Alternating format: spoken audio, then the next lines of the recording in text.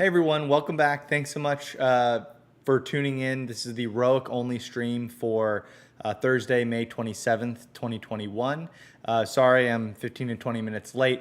It's incredibly hard to, when you're living out of luggages, write the newsletter, analyze some stocks, like actually do deeper research, and then actually, if you missed it, we made a trade on the big board and updating all that. So just make sure to check out the big board. We can go over it together, but as of 30 to 40 minutes ago, we executed a trade on the ROIC big board.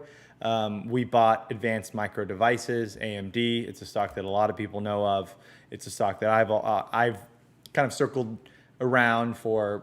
I think before I was even in the professional world, it's just an interesting. I think people like NVDA and semiconductors.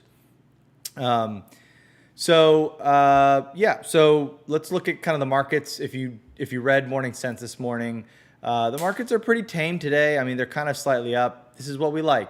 We like low volatility, grinding higher. That's the way I like to outperform, is just like, I don't like to wake up in a frenzy. I just like to wake up, drink my coffee, find stocks that are undervalued, continue to buy in as they are undervalued, and really cover them, right? I think there's enough drama with company news. So I'm enjoying this period of lull. So there's really not much to talk about other than what we put in Morning Sense, which is only for ROIC members or ROIC email only members. And I am watching the inflation ticks. One thing that I am now extremely convinced on are these supply shortages. After having gone to Tesla yesterday, they can't get me a car until at least 3 months, if not a year. Ford is having production issues. I mean, if Ford is having production issues, then we're having production issues across the board. So yeah, I think these supply shocks should continue, and I would expect the Fed to, maybe, if I had to make a call, probably start tapering their asset purchases, maybe starting in Q4, maybe Q1. And so that's kind of that, and we'll keep a pulse on that. But let's focus today on AMD. Let's focus today on why I'm not buying Ford, etc. Okay, because Brian Chang is in the chat saying why AMD over TSM. It's a really easy one. We can answer it. And Kraytech is saying geopolitical risks. He or she is assuming. That is a very, very, very small part of it, but we'll really dive into it. But I really wanted to. I posted in our community posts section of ROIC, where I did run through our DCF calculator. Quite honestly, it's funny, right? I am the fastest shot around in the Wild West of Excel modeling. I would say I don't think I've ever. I had yet to meet someone faster than me, even on Wall Street. I'm sure some of the young guns, and I'm out of practice, are now surpassing me. But even me, having created this tool, the stock calculator tool, actually is where I'm starting to go, which is like kind of crazy because I live and eat and die on an Excel. And if I want to really like go a little bit deeper and do a DCF on a stock, I'm actually going to this calculator, which is really surprising to me. So I'm really happy to actually create a tool, even if it was relatively simple, that helps us all. So, but the quick rundown on Ford is, I actually think Ford is undervalued. But if you haven't been following the stock, it's up 7% today. I wasn't gonna chase it. I really do think that this electrification, I read some of the transcripts, the electrification of Ford Motor Company is real.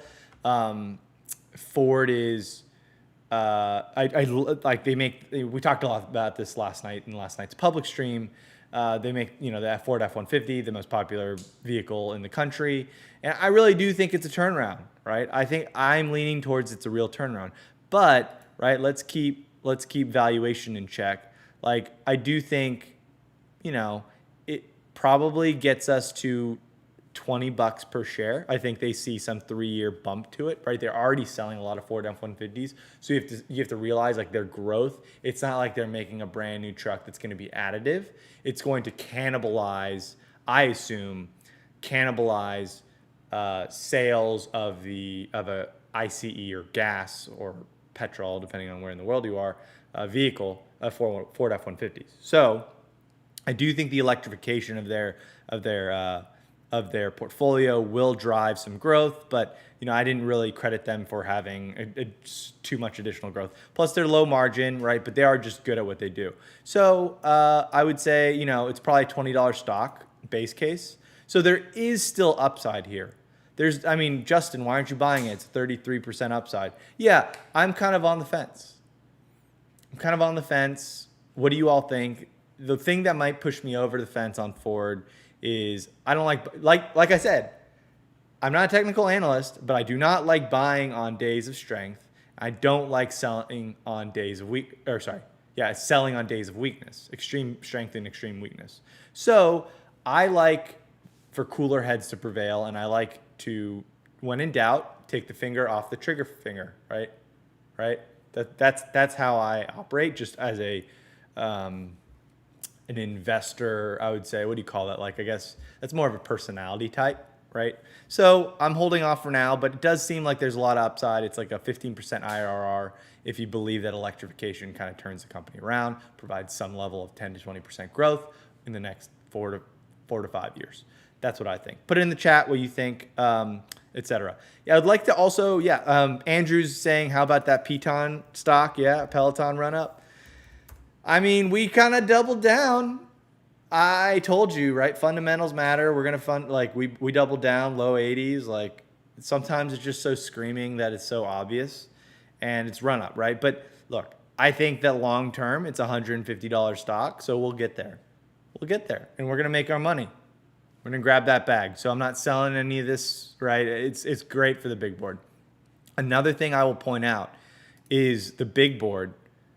Let me show you the big board. And again, I know I should split it out. I've been trying, I'm dealing with like a chart plugin for WordPress. So I need a tech person. I need to grow the community a little bit more, hire a tech person who can handle and make the product even better. But anyway, I did the math. Year to date, just saying stocks and cash, right? Removing the crypto allocation, ROIC big board is up 17% year to date, right? And so if you go to whatever the NASDAQ is, year to date, it's 8%. So we've over doubled the NASDAQ. And then even if we kind of go this like cyclical, maybe like the Dow Jones, right? Let's see if we beat the Dow. 14%. So we're a growth portfolio that's slightly beat or just kind of matched the cyclical rotation. And I'm proud of that. The thing that is bringing us down is both the GBTC discount widening and crypto really taking a big poop. But I'm not worried about it, right? I told you that this is a 10-year position. I would hope that most of you stick around for 10 years. So, but it'll pay off. You just have to wait, right? If I there were a lot of crypto funds that bought at the top of 2017 and just saw like massive 50% drawdowns immediately. And now they're chilling. They're doing really well. So you kind of have to have that mindset. Don't be too wishy-washy with things if you have a high conviction, but also be intellectually curious to have your positions changed. I saw someone on Twitter say something, and I don't know I did not say this, so someone else credited someone else who said this was hold strong opinions very loosely. So at any given time, you want to hold strong convictions, but also be willing and open to change those strong positions if you get kind of new information. So that's how we operate. But Bitcoin, there's no new information other than things that I could characterize as FUD. So I'm convicted around it, at least on a 5 to 10 year view. Let's see. Yeah, so Rob is asking, bought out of cash position, AMD bought out of cash position. That is true. That is correct. So our cash position is relatively low now. So again, it is a tough market, right? This is a very tough market. Can't hold cash because the government's just printing money. I don't know if you all saw this, but the Biden news just came out. Let's look at it together. Senate Republicans have countered with a lower spending, but the Democrats want to spend more. It's like six plan, right? Your cash is getting devalued, so you can't hold cash. Bonds are at lows, and interest rates are going to go up. So prices are going to go down, so you can't hold bonds. Stocks have a headwind for increasing interest rates. Real estate has a headwind for increasing interest rates, etc. So we're stock and real estate people here, so we're gonna own more stock and real estate, and Bitcoin because I like crypto as well. So let's move on to AMD. We bought AMD today. We had a starter position today, bought at $77, just under $78 a share, 2.3% starter position. Look, this stock is, let me show you to pull some stuff up for you. Okay, so this stock is now trading at $91 billion, okay? Enterprise value, AMD stock. So can't spell AMD stock, right? So it's come down from its peak highs where growth stocks were rallying. It really rallied. They've really turned this company around. This company used to almost be bankrupt. But now, they're killing operational excellence, honestly. And if you kind of look at projections here, EBITDA for forward EBITDA is kind of ranging, we think is going to range from kind of that $3.75 billion in EBITDA in positive cash profits. So that's that, right? They are expected to grow, they are growing like crazy because of the semiconductor shortage. But just remember, AMD and NVIDIA are chip designers. They are not chip manufacturers. They use TSM and other manufacturers to manufacture. So the reason why, that's the reason why they have pretty high gross profit margins and pretty high EBITDA margins, because they're a designer. And if you kind of look at, so I was looking at Snow for the newsletter, if you go to NVIDIA has even higher margins. Also AMD's been really, so operationally we can talk about, we've talked about that in the past. But NVIDIA has 65% gross profit margins and 48% gross profit margins. So to answer the question about why not TSM, well, first of all, you have to understand how much worse of a business TSM is. TSM is a manufacturer. TSM is dominating the manufacturing game, but guess what the manufacturing game is? It's constantly reinvesting in CapEx. So you have to spend a bunch of money on new factories and new foundries to make the smaller and smaller size, and you earn profits on it. And so you look at they have 50% gross profit margins and 67% EBITDA margins, I guess, because they have so much amortization. But you really have to look at free cash flow, because what it is EBITDA minus CapEx, right? So they're actually trading pretty expensive on an EBITDA minus CapEx, because they have to go spend so much CapEx to open up all these semiconductor factories. And that's something that doesn't go away during the business model. Versus AMD or NVIDIA, they basically just pay their designers. So it's a little bit closer to a high margin CapEx light business model. So there's going to be booms and busts. AMD and NVIDIA are much more IP companies, where they're paying their engineers to develop new and better semiconductors. That won't ever go away, but their margins are going to stay intact, right? Versus TSM, they'd spend billions and millions of dollars on a new factory, and that's CapEx that they have to fund up front. So it's just a lower return on investment, lower ROIC, lower everything. So it's just about like it's a better business model AMD is. And TSM, right? So if you kind of look at TSM, it's trading at, like, even if you go out like 50 times EV to EBITDA minus CapEx, or 27, because they just have this spending spree that they have to do, versus AMD, you look at the same multiple, they're trading at like 30 times EV to EBITDA minus CapEx. Oops, this is quarterly. I'm sorry. Let's go to annual. It's lower. I believe it's lower. See, okay. Yeah, yeah, EBITDA, so 24 times EBITDA minus CapEx. So they're trading at half the valuation if you're kind of doing a EV to, if like back of the envelope free cash flow. Does that make sense? It's just a better business and better free cash flow. And TSM is expensive. And like you said, great tech, like there are some geopolitical risks, although it's not part of the, that's not really a big part of the reason why I'm picking AMD over TSM. And also a little cap in the feather is NVIDIA. I saw the inspiration on this today is NVIDIA has actually been doing good after they reported good earnings.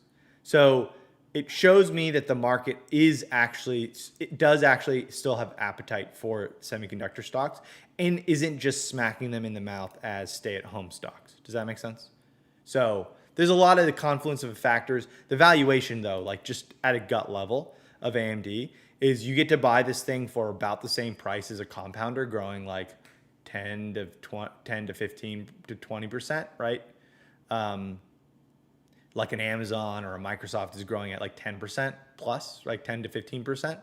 But you get stellar growth. And I actually think, right, these, like maybe they miss if they report in about a month, and maybe they miss and we'll double down. But the way I see it is I'm blanking. These forecasts, right? They really drop off a cliff because analysts do think that there's going to be a kind of a lapping of COVID level demand of semiconductors. But man, we are in a semiconductor shortage. Ford can't make F-150s because they don't have semiconductors. And if you think that cloud's going away, and if you think that semiconductors in like just anything is going away, I just don't think so. So yes, maybe we are buying in front of short-term weakness. If they do start lapping stronger than expected growth, but long-term, I am very, very bullish on semiconductors. Now, and so the case with NVIDIA and AMD is, can we get them at a reasonable price? NVIDIA is still very, very expensive. NVIDIA is still 50% higher valued than AMD, which is why, and AMD's quality has come up. And, oh yeah, one more feather in the cap of this. AMD just announced that they are going to be putting in a stock buyback program equivalent to like 4% of the shares outstanding. That's a big buyback program, and it really shows how confident and potentially undervalued AMD's management team believes AMD stock is, right? Management only buys back stock as a return to shareholders if they think that the stock price is lower than what they think it should be, right? Stock buybacks are actually a really good sign for investors. Maybe not individually like a sign to buy or sell, but it's a nice icing on the cake. So that's what I would say. Yes, and yes, we covered the Xilinx purchase last year. It's a very complicated merger. Xilinx, for those of you that don't know, is actually another big semiconductor company that mostly deals with, I believe it was like 5G types of stuff. Like they do programmable logic devices where they can kind of use that. Oh, they call it the ACAP, where they use that to. It's probably better if I just show you my screen. They're like adaptive systems where right now they're being used quite a bit in 5G, where companies need to kind of adjust the chip like in real time. So they clearly see a lot of upside here. And I think if you combine, what I assume is a relatively slower growing but really good tech, a semiconductor business, and combine it with a highly competent executive team and one of the biggest players in data centers now. AMD is one of the bigger players in data centers, plus all their consumer stuff. I think you combine that, and they're also big. I think AMD was the first to kind of progress into the system on chip kind of stuff too as well. So I think they're really building a lot, right? So this is, quite honestly, I'm not going to ever know AMD as well as I know Peloton. First of all, time constraints, but also it's just a much more complicated business. So I'm not really sure if AMD could ever really get to like that 15% allocation level that Peloton is at this moment. But that doesn't mean that we can't scale this thing up to a 7% because, right, we're playing the 80-20 rule here a bit with our time. And the semiconductor industry is a bit easier to kind of play the 80-20 rule with because there are players that are winning and there are players that are losing, Intel. And there aren't that many players, right? It's a very, very narrow supply chain. So that's why I really like it. I mean, there's so many good things here. I mean, the valuation, the DCF, buying in at even the price target of $95 a share is only like 30 times EPS stabilized, right? That's super low. That's super low, right? Like if you're talking about the stock market itself is at 22 times forward price to earnings, and you get to buy like a 50 to 80% semiconductor winner, 50 to 80% grower in the semiconductor space, dominating alongside like NVIDIA for 30 times forward PE. I'll take that deal all day. I'd rather pay that premium, right? So, and everybody, okay, Lucas is asking about Qualcomm. I don't know. My perception of Qualcomm is that it made its name and its profits and its growth in the mobile industry growth, which is actually now tapering, right? Everybody has a smartphone now. So it's a relatively mature industry. TSM has now really made their game and is killing Intel because they made their game they were a manufacturer for mobile semiconductors. That growth stagnated, but they've pivoted towards data center semiconductors. They're now the go-to dominant manufacturer of choice for all the other chip designers. So they really own that piece of the vertical supply chain. And so as we compare it to like a Qualcomm, my perception, I'm not really up to date with this company, is that Qualcomm is still very much like a slower growth. This is an acquisition probably, a slower growth kind of mobile chip designer. And they're trading at like 12 times, but that reflects the fact that they don't have any growth, right? They have 1/5 to 1/8 of the growth that AMD has long term. So I like growth stocks. I like things that are on the up and up. And I like getting things that are on the up and up for a fair price, if not a cheap price. Okay, so Lucas is saying Qualcomm acquired Nuvia. So if you think, look, these are super complicated businesses, Qualcomm. If you think that their purchase of Nuvia somehow doubles their growth to 20% in the future instead of kind of a flat growth rate they've seen over the past 4 years. If you think that, right, there's no right or wrong in investing. It's if this then that statements, right? And we're all trying to predict a probability weighted, an infinitely wide probability weighted tree. The best investor in the world would be Doctor Strange from Marvel, right?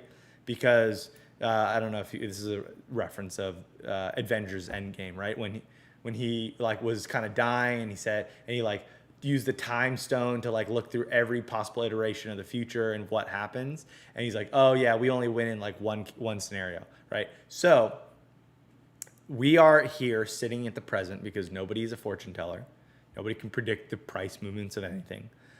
Of the probability weighted distribution of if something happens or not. That's why I say with Bitcoin, it's like a 50-50 chance to me that it becomes internet gold, and internet gold is worth at least more than regular gold. And 50-50, the other 50% chances maybe it's a zero, and it just becomes like a internet like fun thing and just never grows. So, I mean, you weight 50% chance of that, 50% chance of that. My target price for Bitcoin should be somewhere north of 250 grand per Bitcoin. Similarly here, right? It's like if you believe that their acquisition of Nuvia somehow changes the game for what I would say to be historically a stagnant mobile semiconductor designer of sorts, then and I don't even know if they're like semiconductors. I would even qualify Qualcomm as their semiconductor stuff is much more commoditized, if I remember correctly. They do more like communications, like communications chips, right? So I have to look into it. But like I believe it was a lot of like connecting to cell towers types of stuff, as opposed to like the actual brain of the phone. It's more of like the communications parts. But if you believe these things make it grow, then that's probably a good one. But it's not something that I believe or I know of, so I'm not buying it. And it doesn't screen well that I'm gonna use what little time we have to do it. So AMD, it's good time, good 80-20 rule here for the big board. Okay, so they're entering the market of system on chips with the Nuvia acquisition. Makes sense. So you got to be bullish on that. Okay, cool. So let's see. We got to move on to ROIC only questions. So we're doing meeting pulse here. I'm going to share my screen. ROIC topics new.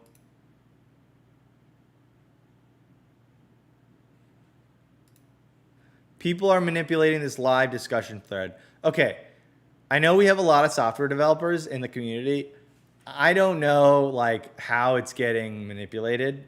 I literally use a service called Meeting Pulse, and we just open it up every week. So I would like someone to message, maybe like email us at acouplecents@gmail.com because we read all the emails. If you have any idea about how to disqualify, or maybe people are running bots to update to like have a new IP address and then vote, maybe. I don't know. Maybe maybe you have to sign. Maybe we make it so that you have to sign in or whatever. So I'm gonna leave this one up there. Let's do HIMS. HIMS is trading. Oh, Alvin is saying incognito mode can spam upvote 100 times. Lol. Okay, so that's hilarious because like I pay a lot of freaking money for Meeting Pulse. So that's a Meeting Pulse issue. So maybe we should switch back to we had an upvote tool that I use. So let me look into flipping back to the upvote board. Meeting Pulse just has a lot of cool features, but it sounds like they need to fix some loopholes. Let's do HIMS is trading under $10 a share. Yeah, like I said, I really like HIMS, but HIMS is trading down with all the SPACs. And I think it's a fairly valued, nothing has changed fundamentally, right? It's up 6%. Okay. Computer is crawling today. Maybe it's this Florida weather. Let's go to the mini board. What did I say about HIMS? Like I said, it hasn't made it on the mini board yet. I could have sworn it was here. Maybe not. I believe it was trading for. Let's go to the docs then.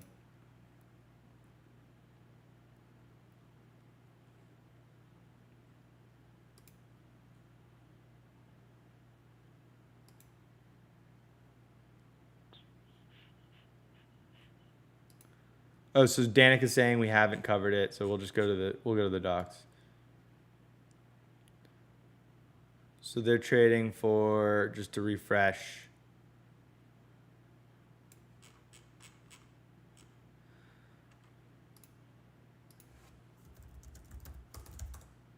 him stock, it's up 6%.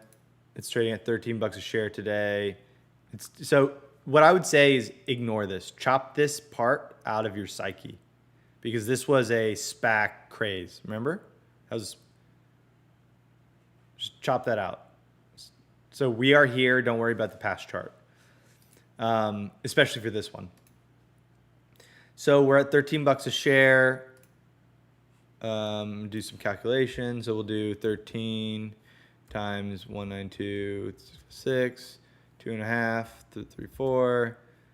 So we're at $2.2 billion valuation on what they believe to be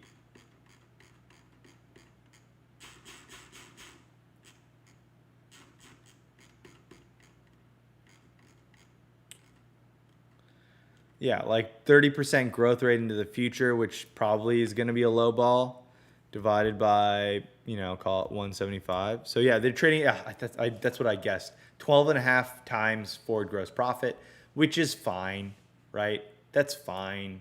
If you really believe in the product, that's fine. But let's compare it against something else. 12.5 times forward gross profit for HIMS.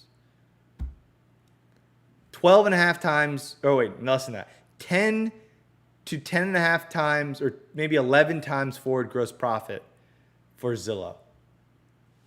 So you tell me, Zillow is going to expect it to grow this much. One's better than the other. I'm out of focus. There we go. One's better than the other, and it starts with Z. It doesn't start with H.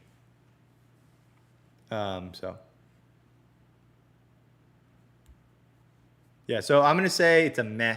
We're going to put a meh rating on it. Like, probably going to pass. Or I am going to pass. Not probably going to pass. Thoughts on Tencent or for a discount Naspers or Prosus? They seem very cheap, high reward. I think a lot of these Chinese compounders are cheap. But if you kind of look at the data, right, or the actual numbers, Tencent's trading at kind of 21 times forward EBITDA, which is about the same. So Tencent has the risk of like China risk, which is a lot of risk, right? For 20 times forward EBITDA, versus you could buy Google for much less than that because of regulation risk. Maybe if the biggest downside to Google, which people seem to have forgotten about, is if the government says you can't have your deal with Apple, they're going to lose half of their traffic. If they lose half their traffic, they're screwed. But you don't have China risk. So this is the reason why Google is trading at a 15 times forward EBITDA multiple versus a Microsoft. But so my question to you is, does Tencent look cheap? Yes, it does.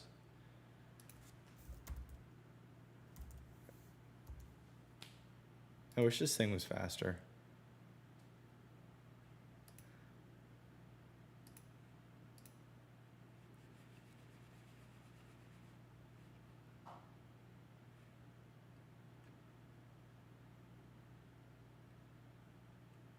So it looks cheap. It's growing like at 20 to 30% a year, right? Man, this thing is crawling today. And let's compare it to what else is growing 20% a year. That's really big. Yeah, they're probably going to see like 20% growth into the future, right? But you know what else is? Probably Amazon.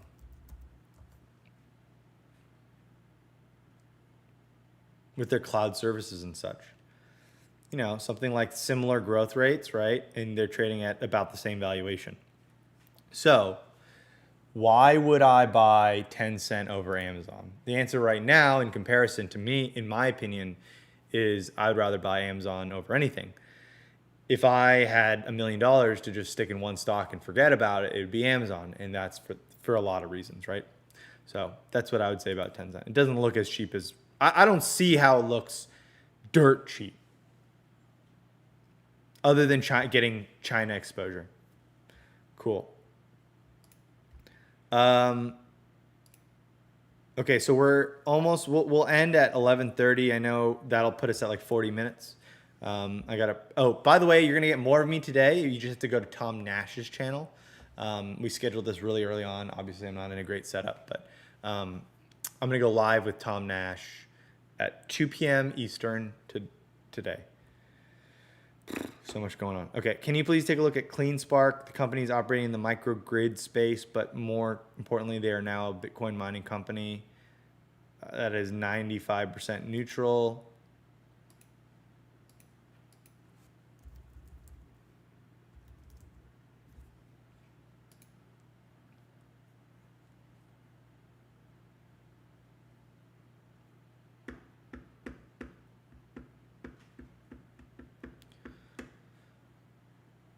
Okay, so they don't make money yet, but they're making a lot of money due to the crypto mining space. This one's really tough. I'm not going to be able to give you an answer on these miners because the miners will, like, their profitability will be affected quite a bit by the price and the dynamics of Bitcoin's price itself and how much Bitcoin mining capacity do they actually have. You know, to me, like, if you're looking for a super speculative crypto play with higher juice than just Bitcoin itself, I would probably rather go to the Ethereum or go down the line on cryptos, or I would probably go to maybe a Voyager if you believe in Voyager's story, like Voyager stock. Like, I kind of liked that Voyager as a speculation stock, right? It's very speculative. But you might want to go on the Voyager side or something like that. The miners just really kind of eke me out, or they just kind of weird me out because there's so much that could go right or wrong, right?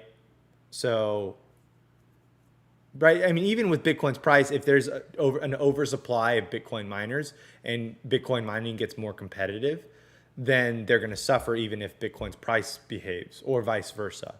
Like, maybe the dynamics of Bitcoin mining do really well, but Bitcoin's price just tanks and we go into another winter, right? So, and they get paid in Bitcoin, so that's what I would say. Rob, I spoke about Snowflake in today's Morning Sense, so go check that out. You can go on the website on just the Intel tab I'll show you. I'll just click on this one and you'll see my tidbit on Snowflake. We even rated it. All right, we'll take a quick look on SolarWinds, I guess. I like CrowdStrike better than SolarWinds. SolarWinds is a light client security software that got hacked and is just like down a bunch. I think that reputation is key here. Reputation is huge for security. Like, reputation is everything. And because their light SolarWinds client was used for the hack to get into a lot of these things because it's everywhere, I don't like it reputationally. And reputationally, look, it's like, it's not really even growing very fast, and it's not even very cheap. So it's like a meh. It's a meh rating for me. SolarWinds. Yeah. So I'd much rather own CrowdStrike. Even pay up through the nose. I would rather even pay up through the nose on CrowdStrike then yeah, I mean, CrowdStrike's trading for now. It's kind of crazy asinine multiples. So I wouldn't touch CrowdStrike. CrowdStrike to me, if you own it, is probably a sell, I would call it a meh, right? It's got really, really great growth for a very expensive price. So I'm going to call it a meh at this point. But yeah, so I would pass. Okay, so let's do one more question from this topic, and I'm really sorry that people are voting. Would you recommend buying a dip on FUTU or TIGR, or better to hold now?